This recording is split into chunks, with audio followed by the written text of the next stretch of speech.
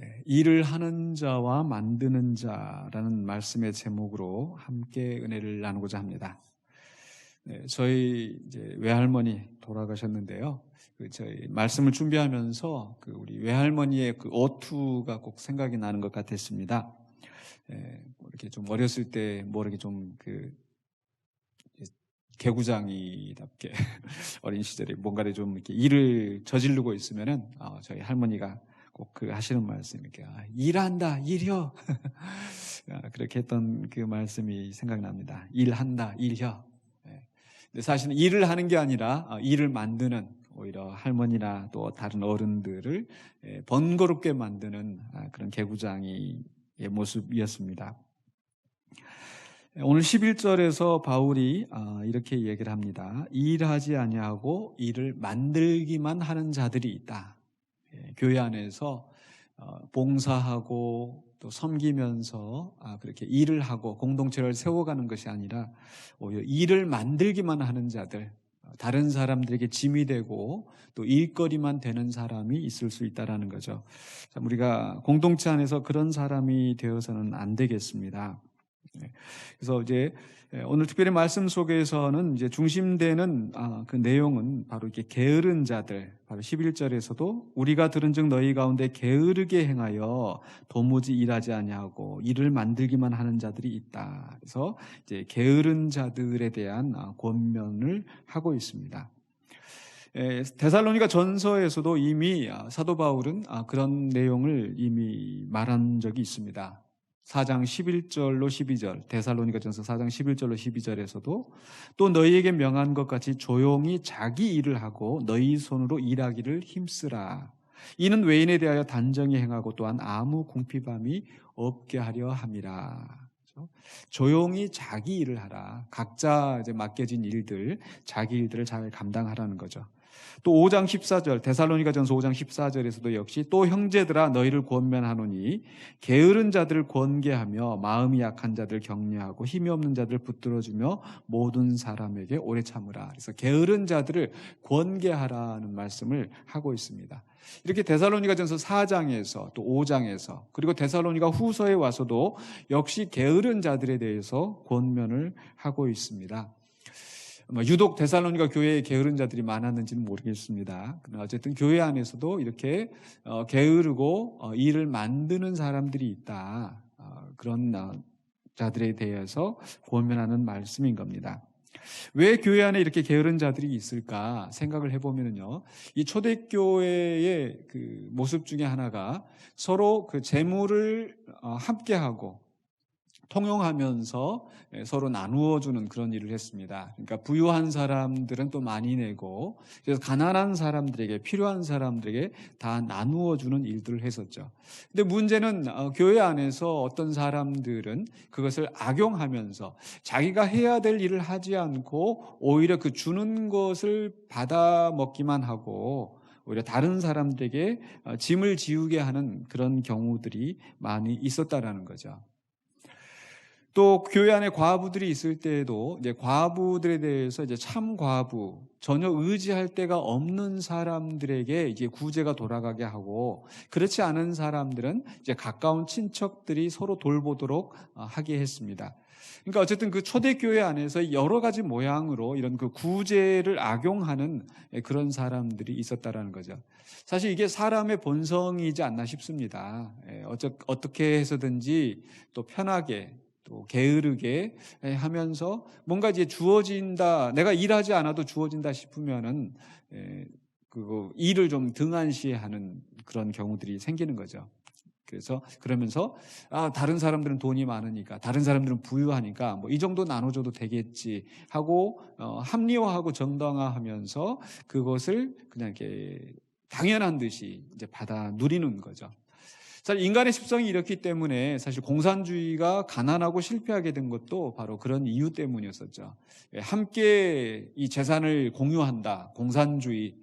그 속에서 내가 굳이 이렇게 열심히 일해봐야 무슨 소용이 있나 하면서 오히려 다 같이 가난해지는 그런 결과가 낳게 되는 거죠.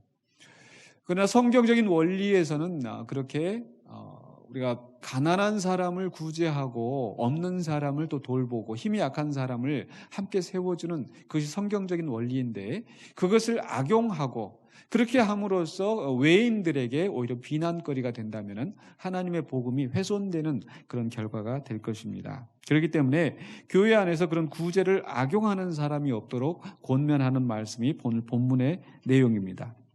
그러한 사람들에 대해서 6절 하반부에 보면 아주 강력한 경고의 말씀을 합니다. 모든 우리에게서 받은 전통대로 행하지 아니하는 모든 형제에게서 떠나라. 바로 그 앞에 게으르게 행하고 우리에게서 받은 전통대로 행하지 않은 모든 형제, 즉 게으른 사람에게서 떠나라라고 이렇게 말씀하고 있습니다. 그럼 그렇다고 해서 이 교회 안에서 게으른 사람들은 다 이렇게 쳐내야 되는가? 꼭 그렇게 말씀하는 것은 아닐 겁니다. 이렇게 게으른 사람들에 대해서 그저 방관하고 어쩔 수 없이 그냥 이렇게 방치하는 것이 아니라 그들에게 어떤 일정한 거리를 둠으로써 그러한 행동들이 성경적인 원리에 맞지 않고 또 그러한 것들을 당연하게 수용해서는 안 된다라는 것을 경계하는 말씀입니다. 때때로 우리가 교회 안에서도 이렇게 방지해야 될, 경계해야 될 그 악에 대해서 우리가 너무 지나치게 사랑으로 덮어야 된다, 은혜로 감싸야 된다, 이런 말들로서 오히려 그걸 방치하는 결과를 가져오는 경우가 있는 것 같습니다. 그러나 우리는 그런 것도 역시 바람직하지 않다라는 겁니다.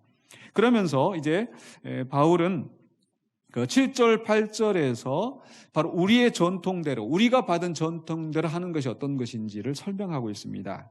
7절에서 보시면 어떻게 우리를 본받아야 할지를 너희가 스스로 아나니 우리가 너희 가운데서 무질서하게 행하지 아니하며 누구에게서든지 음식을 값없이 먹지 않고 오직 수고하고 애써 주야로 일함은 너희 아무에게도 폐를 끼치지 아니하려 함이니. 그렇죠.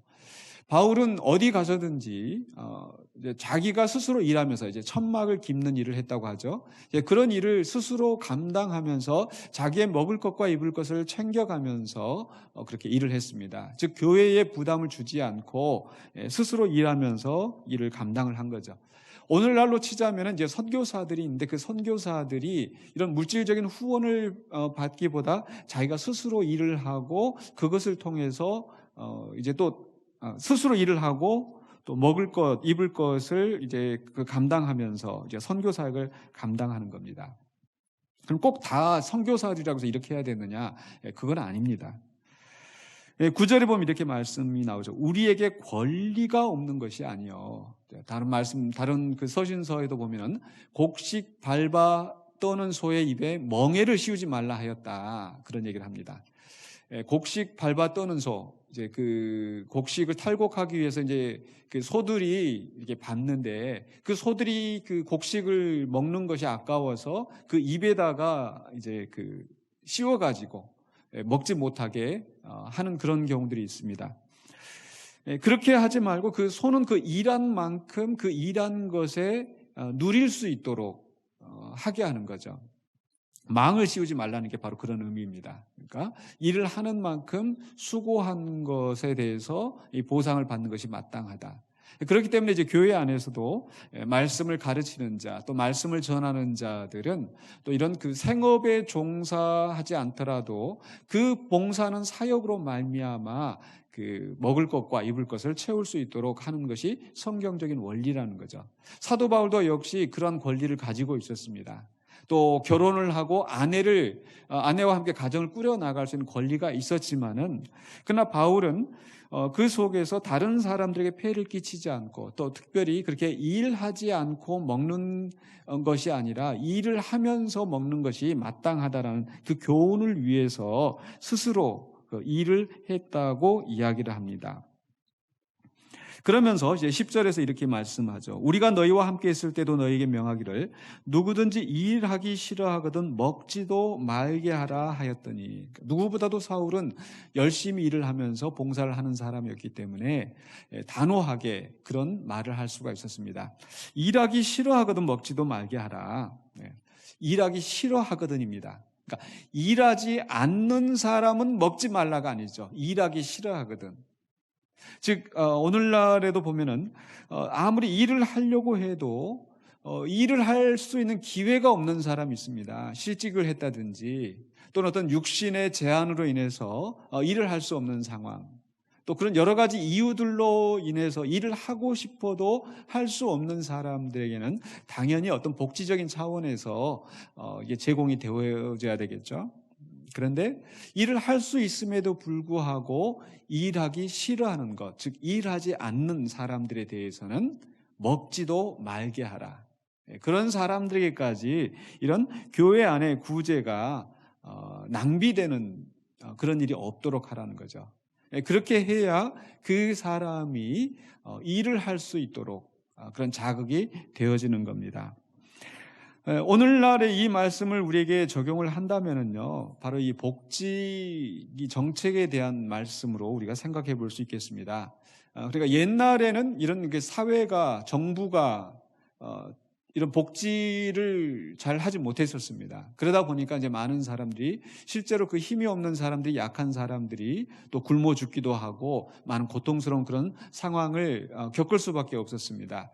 그것을 감당하는 게 교회였습니다. 그래서 교회에서 헌금을 모아서 또 함께 공유하면서 또 이렇게 가난한 사람들을 돌보고, 또 부유한 교회에서는 또 헌금을 모아서 또 어려움 당한 교회를 도와주고 하는 그런 사역들을 감당했었죠. 오늘날에는 물론 교회도 그 일을 감당하지만은 이제 구체적으로 정부가 또 이런 지자체들이 이제 그런 사역을 감당합니다.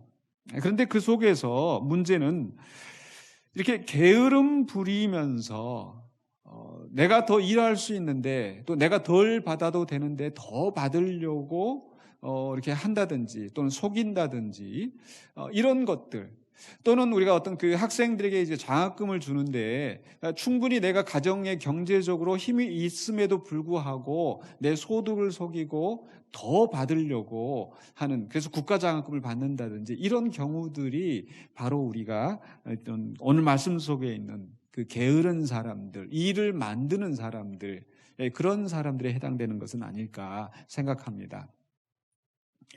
세상 사람들이 그렇게 산다 할지라도 적당히 세금 감추고, 적당히 더 받아내고, 적당히 속여서 더 누리고 사는 그런 삶이 아니라 정말 내가 최선을 다해서 일하는 만큼, 또 최선을 다해서 일을 해서 내가 그것을 그 소득으로 살아가는 것, 이것이 바람직한 성도의 자세가 아닐까 싶습니다. 물론 교회 안에서도 마찬가지고요.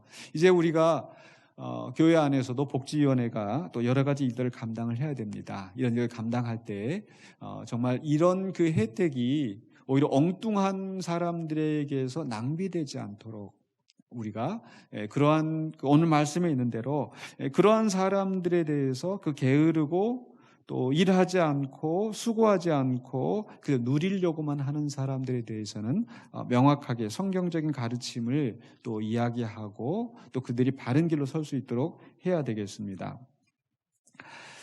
그런데 오늘 이 말씀을 우리가 생각할 때 꼭 그 구제, 또 이런 경제적인 측면이 아니라 우리가 신앙적인 면에서도 충분히 적용할 필요가 있다고 생각이 되어집니다. 즉 교회 안에서 일을 하는 사람들이 있고 일을 만드는 사람들이 있어요.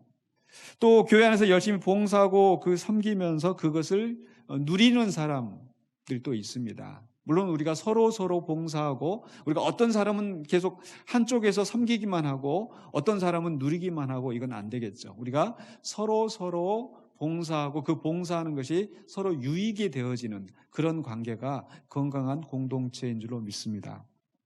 그런데 문제는 오늘날 교회 안에서 그런 봉사나 섬김은 전혀 하지 않고 그저 신앙의 어떤 소비자로서만 살아가는 그런 경우가 많이 있다라는 거죠.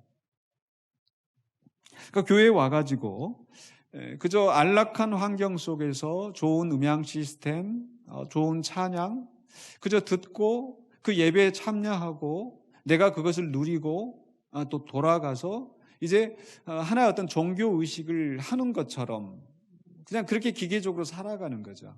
이게 저는 이제 신앙 소비자라는 단어를 좀 사용하고 싶은데요.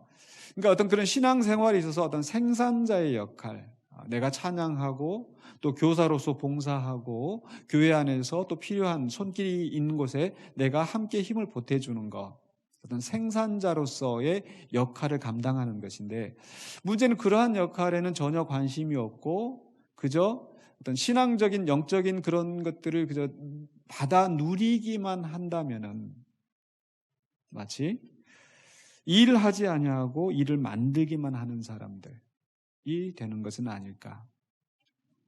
하나님께서 우리 교회 안에 이 공동체를 건강하기 위해서 또 여러 지체를 두시고 그 각 사람들에게 은사를 주셨습니다. 그렇기 때문에 그 은사를 사용해서 내가 교회 안에 어떤 그 봉사의 역할을 감당하는 것 굉장히 중요합니다. 가르치는 은사가 있는 사람은 또 교사로서, 또 찬양의 은사가 있는 사람은 또 찬양으로, 악기로, 또 봉사하면서, 사실 우리가 또 여러 가지 교회 안에 봉사할 일이 참 많지 않습니까? 그래서 그런 봉사하는 일에 있어서 내가 아니더라도 누군가 하겠지 라고 생각하기보다는 나도 거기에 한 몫을 감당하는 그런 사람이 되어야 되지 않겠습니까? 우리 몸 안에 지체들이 있는데 그 몸의 지체들이 각각 그 맡은 역할을 감당할 때에 우리가 건강한 몸이 되는 겁니다. 그저 그냥 붙어있는 살이 돼서는 안 될 것 같아요. 그래서 혹시 내가 우리 교회라는 공동체 안에서 꼭 필요한 기관, 그 장기의 역할을 감당하고 있는지, 아니면 그저 있어도 그만 없어도 그만인 사람인 건지, 아니면 그저 일은 하지 않고 일만 만드는, 다른 사람들에게 짐이 되는 그런 사람은 아닌지. 근데 그런 사람들은 특히 이제 뭔가 채워지지 않았을 때 자꾸 불평만 합니다. 왜 이게 안 됐어? 또 왜 이게 잘못되었어? 왜 나한테 이런 혜택이 안 돌아오지? 이런 여러 가지 모양으로 불평만 하면서 일을 만들게 되는 거죠.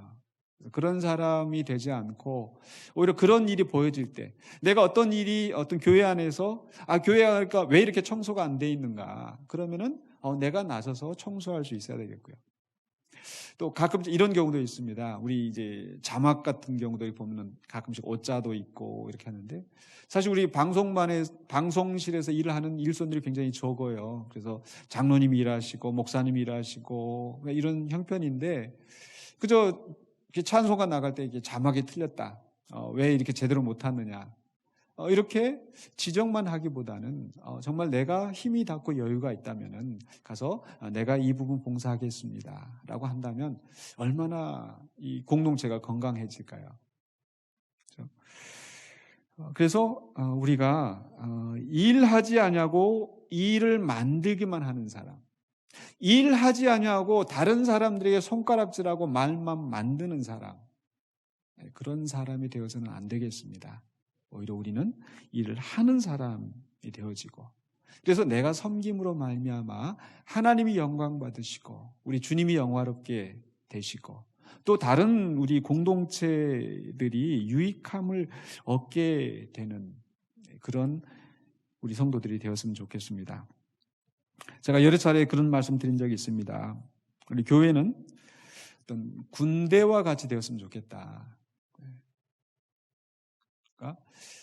배로 비유를 하자면 전투함이 있고 유람선이 있죠. 유람선에 탄 사람들은 자기가 일정한 돈을 내고 티켓을 구입하고 그리고 그것을 누리기만 하면 됩니다. 그러나 전투함은 물론 그 안에 밥을 하는 사람, 또 배를 또 연료를 공급하는 사람, 또 무기를 닦는 사람, 여러 사람들, 그런 사람들이 또 먹을 때는 함께 먹고 또 그 먹은 것을 가지고 힘을 내서 각자 일을 감당을 하는 거죠. 그래서 우리 교회는 어떤 그런 유람선처럼, 때로는 요양병원처럼 다 이렇게 환자들만 있는 거예요. 그럼 그 의사들, 간호사들, 또 일하는 봉사하는 사람들 열심히 일만 하고 가끔씩 이렇게 환자 이렇게 회진하면서 오늘은 어떻게 좀 잘 지내셨어요? 또 몸은 좀 어떠세요? 하면서 이렇게 회진만 하고 다니는 그런 요양병원 같은 그런 교회. 물론 가끔씩 그게 필요합니다. 열심히 일을 하고 또 만약 군대로 친다 하더라도 전투에 나가서 다치고 그런 사람들이 또 치유함을 받아서 다시 또 전투에 나갈 수 있도록 되어야 되겠죠.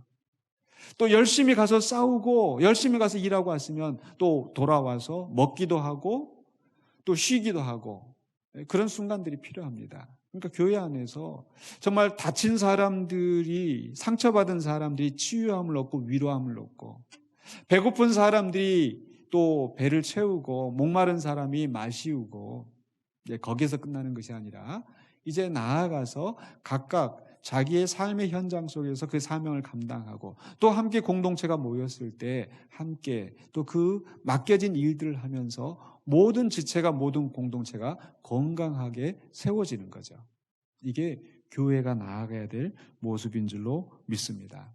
그래서 일을 하지 아니하고 일만 만드는 사람이 되지 않고 일을 하는 그런 성도들 되시길 주의 이름으로 축원합니다.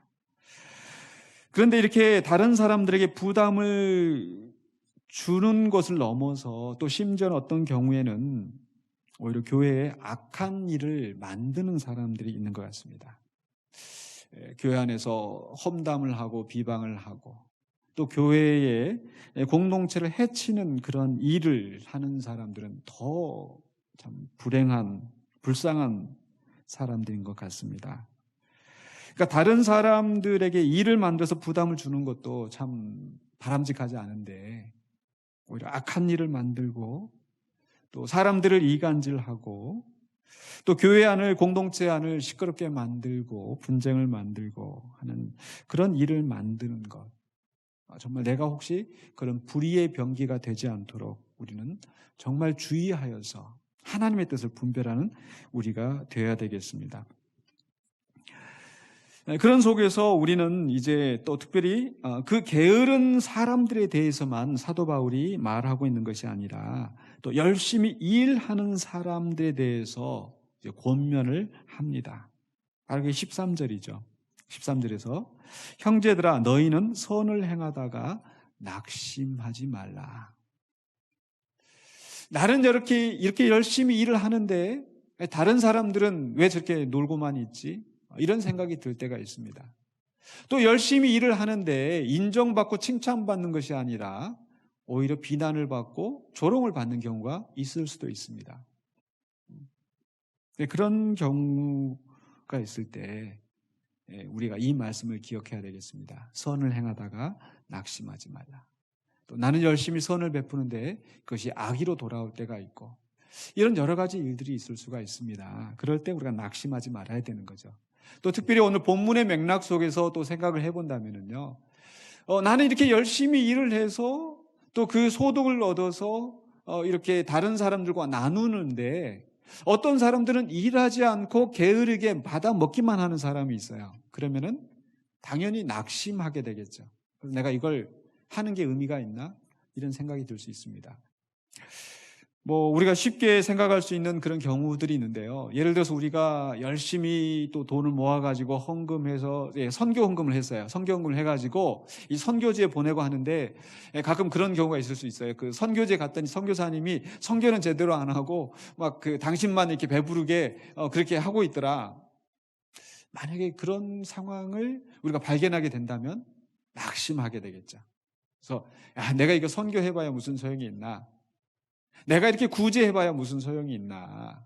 다른 사람만 그렇게 쓸데없이 배불리게 하는데 그렇게 하지 말라는 겁니다.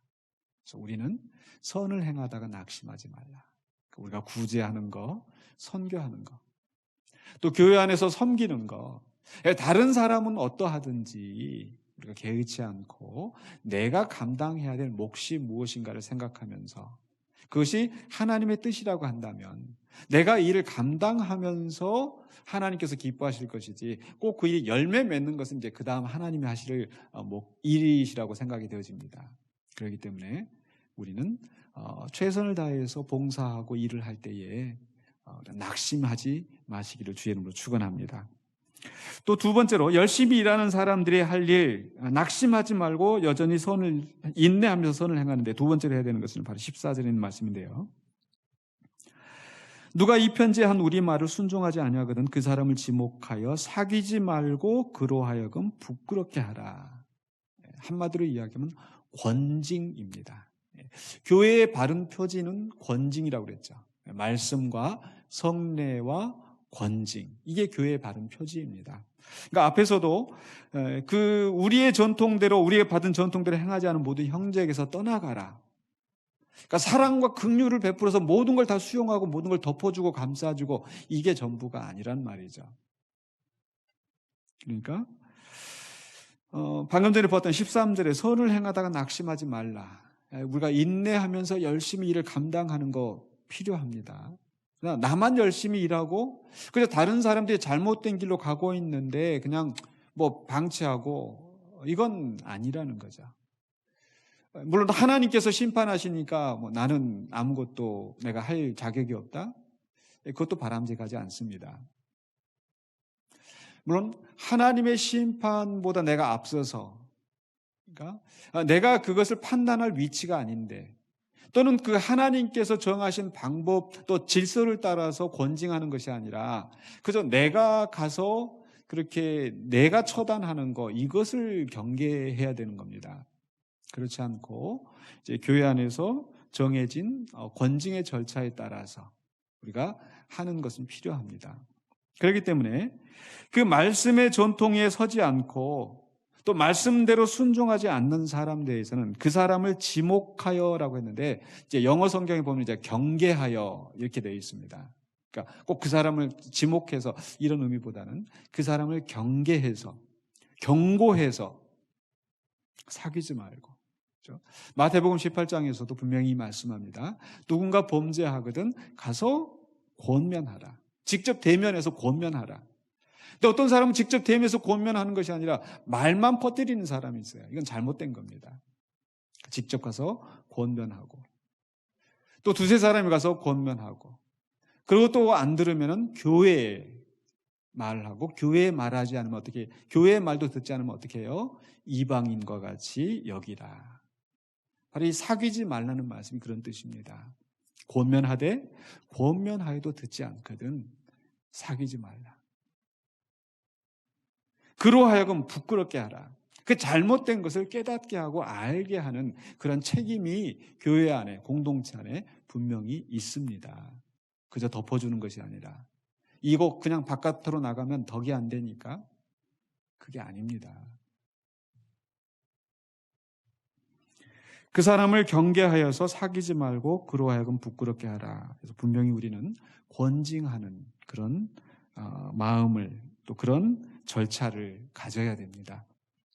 세 번째로 열심히 일하는 사람들에게 권면하는 말씀이요, 15절입니다. 그러나 원수와 같이 생각하지 말고 형제같이 권면하라. 앞에 주신 말씀의 이제 부연 설명인데요. 원수와 같이 생각하지 말라. 형제같이 권면하라. 예. 바로 이 원수에 대해서는 우리가 책망하고 또 그 꾸짖고 하는 그 목적이, 원수는 제거해야 됩니다. 그렇죠? 이단에 대해서는 제거해야 돼요. 형제는요, 똑같이 꾸중하고 똑같이 질책하는 것 같지만은 그 목적이 제거하는 것이 목적이 아니라 변화하고 개선하는 겁니다. 그러니까 우리 몸에 이물질이 들어오면 그 이물질을 제거해야 되겠죠. 그러나 우리 몸 안에 지체가 잘못되어 있으면, 이거 잘못되었으니까 그냥 떼내버린다. 그 원수에 대해서 하는 얘기고요. 그러나 우리는 지체로서 원수를 대하듯이 제거하는 것이 목적이 아니라 변화되어서 또 개선되어서 온전하게 되게 하는 것, 그것이 바로 원수같이 대하지 말고 형제같이 대해야 되는 그런 원리입니다. 그래서 뭔가 잘못된 길로 갈 때, 누군가 우리 공동체 안에 있는 사람이 잘못된 길로 갈 때 그것을 그저 눈 감고 방치하고, 그저 인간적인 관계 때문에 할 말 하지 못하고, 인간적인 관계 때문에 그저 잘못된 것도 그냥 두리뭉실하게 넘어가고, 잘못되었습니다. 아닙니다.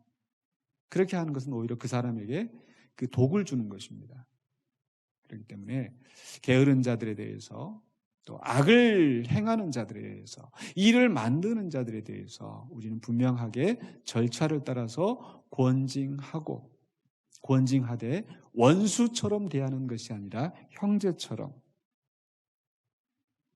그 형제처럼 대하면 그 권면도 듣지 않거든. 그때는 사귀지 말고 또 이방인처럼 여기고, 그렇게 한다 할지라도 그를 완전히 원수처럼 배척하는 것이 아니라 정말 회개하고 돌아왔을 때 또 다시 수용해주는 그런 마음가짐을 우리는 가져야 될 것입니다. 그래서 이렇게 함으로써 또 일을 만드는 사람들에 대해서 적절하게 권징하고 조치를 취함으로써 이 공동체를 건강하게 유지해 나가야 되는 거죠. 바로 바울은 데살로니가 교회를 향해서 이런 권면의 말씀을 하고 있습니다. 그러면서 이제 16절에서는요. 평강의 주께서 친히 때마다 일마다 너에게 평강을 주시고 주께서 너희 모든 사람과 함께 하시기를 원한다. 그렇죠? 권징하고 또 징계하는 그런 속에서도 하나님의 평강이 함께 하시기를 기원하고 있는 겁니다. 오늘 우리 교회 안에서도 이러한 권징과 함께 또 하나님의 평강이 우리 안에 있기를 간절히 축원합니다. 그러면서 이제 17절, 18절에서는 이제 마무리하면서 이게 데살로니가 전서를 이제 마무리하면서 문안합니다. 나 바울은 친필로 문안한다. 이는 편지마다 표시로서 이렇게 쓰노라.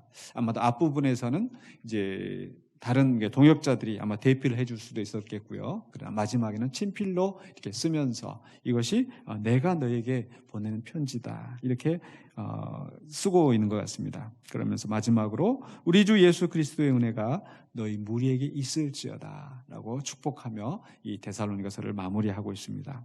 우리가 데살로니가 전서에서부터 후서까지 우리가 말씀을 깊이 생각해 왔는데 오늘 이 말씀이 우리 안에서도 이제 우리 공동체 안에서도 적용이 되어지고 그래서 우리가 건강한 공동체로 서는 우리 군산영광교회 또 온 성도님들이 되시기를 주의 이름으로 간절히 축원합니다.